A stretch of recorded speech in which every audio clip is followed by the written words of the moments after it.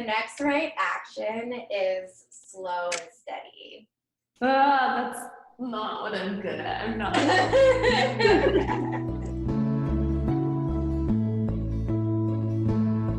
So why don't you first just start by telling me what's on your mind? So I just got back to San Francisco on Monday. I was in Bali for 3 months. I was supposed to only be there for 3 weeks, and Mama Bali didn't want me to go, and she manifested so much magic, and it sounds crazy, but a lot of really cool things were happening. And then I came back only at this point because of the whole coronavirus thing. I wanted to get back and home before everything hit everywhere.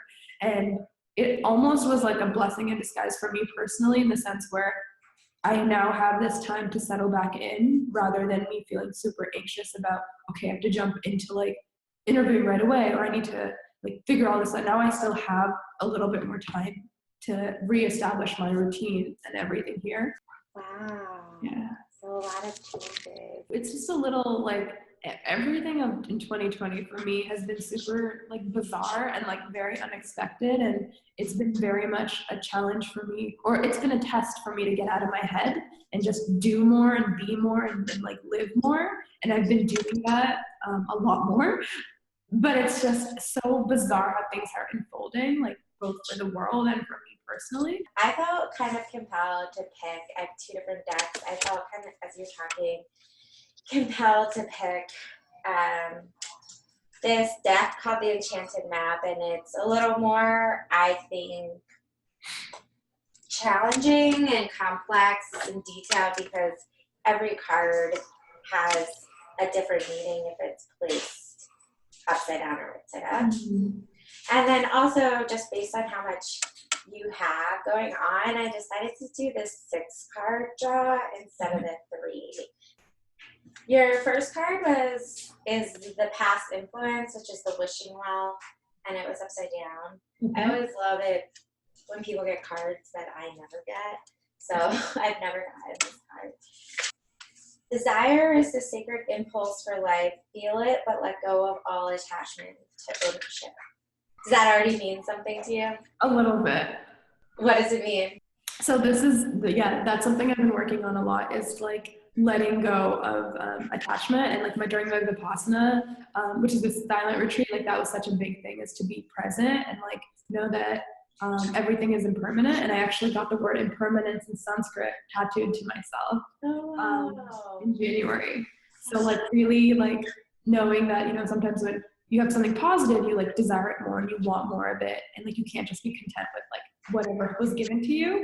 And with something negative, it's you want it gone, but either way, they're impermanent and fleeting. Mm-hmm. The past version of myself, that is what I did, was try to control or overanalyze or obsess over fictionalizing and whatever was coming up. That's nice. Yeah, that's good. That's accurate. So the present point of vantage, also interesting, because of what we already talked about, is the commitment card. Upside down. Ooh. Does commitment itself bring up anything? Kind of, but I'm curious what the upside down means. You maybe walk into a commitment or contract you will later regret. This isn't a good time to sign agreements or make any choice that would tie you up for a long period. Ooh, intense. Okay. Does any of that reflect how you're thinking about jobs? I'm a little bit. I am struggling to jump into something new. There's definitely some resistance that's coming up with interviewing actively and figuring out what's next. And because of now this virus, now I get to continue in that limbo place, which kind of feels good. But I don't know if it's me being avoidant and not willing to commit to making a change in that. This is saying is that the commitment making any commitments right now doesn't make sense for you, and it doesn't feel right for you. Yeah. I mean, it makes sense given the last card, which was very much about just leaning in and letting things figure it out rather than me trying to control or manage. And I think it's just a reminder that I should probably continue to do that, whether it's work or whether it's with a partner or whatever. Just flow. So this is what you resist. Okay. So it's 41, the unexpected visitors. If you expect the unexpected, you'll be prepared for miracles. So, why are you laughing? Because I love planning, and I've been leading into like, again, going with the flow and just letting things play out, and they've been playing out in really, really bizarre ways in my life, like even in my current situation. And it's weird. It is expecting the unexpected, but it's hard, like even as you expect the unexpected, to like resist control and try to like commit or like figure out what's next, all that stuff. Yeah. Life is full of surprises. So stay on your toes and enjoy this exciting new adventure you weren't expecting. There is a plan for your life that may not match up with your agenda. I believe that. Yeah. And I'm leaning into it more because it's been beautiful to see that start to unfold. It feels more in flow than it does like resistance. So this next part is unexpected help, and it's a compass. As long as you orient your compass to true north, the direction of your higher power, you will never be lost. So the question before I start reading this is, do you feel like you know what your true north is? A little, actually. I've been leaning into my intuition a lot and really listening to my gut and my body rather than listening to my head. And like one of the things that I had asked Mama Bali in January was, hey, like I had something in my gut that just told me that I wasn't ready to come home. And rationally, I had already bought my tickets home. I had only subleased my place for a month. I wasn't having any income coming in. I like thought I needed to start dating again. Like I had all these things that were like already like, you should come back to SF and like, move on with life. But something in me was like, I'm not sure. And I just put that intention out there into the universe. And I was like, should I stay? And give me a sign, give me some signs that like either will validate or invalidate this. And she gave me all those signs. Like I literally manifested a client. I got a full refund on my tickets. My sublessor wanted to stay a couple weeks longer. A random couple that I met was traveling for a couple of weeks, so they gave me their villa. Like all of this stuff just happened back to back to back. And I was like, okay, I see the signs. Like, yeah. So again, like it's a reminder to stay loose, right? It's like a pretty consistent theme across all the cards so far. Yeah, isn't it? It's weird. It's so weird. It's like, this is crazy. So the next right action is slow and steady. That's not what I'm good at. I'm not. Slow and steady wins the race. Remember the old cliche, slow and steady wins the race? This is a time for easy movement, unhurried steps, and a steady heart. I know slow and steady I can see it bringing value.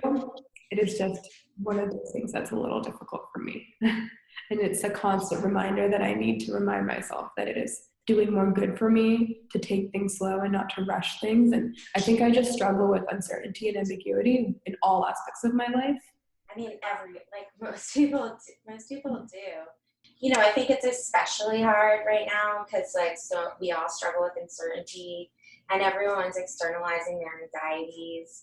I think the other thing for me is I've always been a very like vocal person in the sense where like I talk a lot of things out with my friends, and I'm starting to listen more to that like intuition and that like compass, as you know we could call it, rather than needing that external voice. But I still feel like now my friends are still giving me that, assuming that that's what I want, but it's actually pushing me to be my older version of myself, and I don't want that anymore. I don't need that anymore. And maybe that's something that I need to be better about communicating, saying that look, like I'm kind of flowing to myself. Like I'm happy to talk about what I'm doing or what I'm feeling, but I'm not in a place where I can really take on feedback. You know, if someone gives you feedback, always say thank you. Yeah. And move on and be like, yeah, thank you. It's something I think about. Let's talk about something else. Yeah, fair enough, true. Yeah. Okay, so your last card is like the probable future destination. It's 29 and it's coming to life. Coming to life. Something beautiful is being born in your life. When you look at your life, can you see how you've grown and evolved over time? Perhaps you've shed skins and identities and created new ones, or at the very least, matured in your ideas about yourself and the world you inhabit.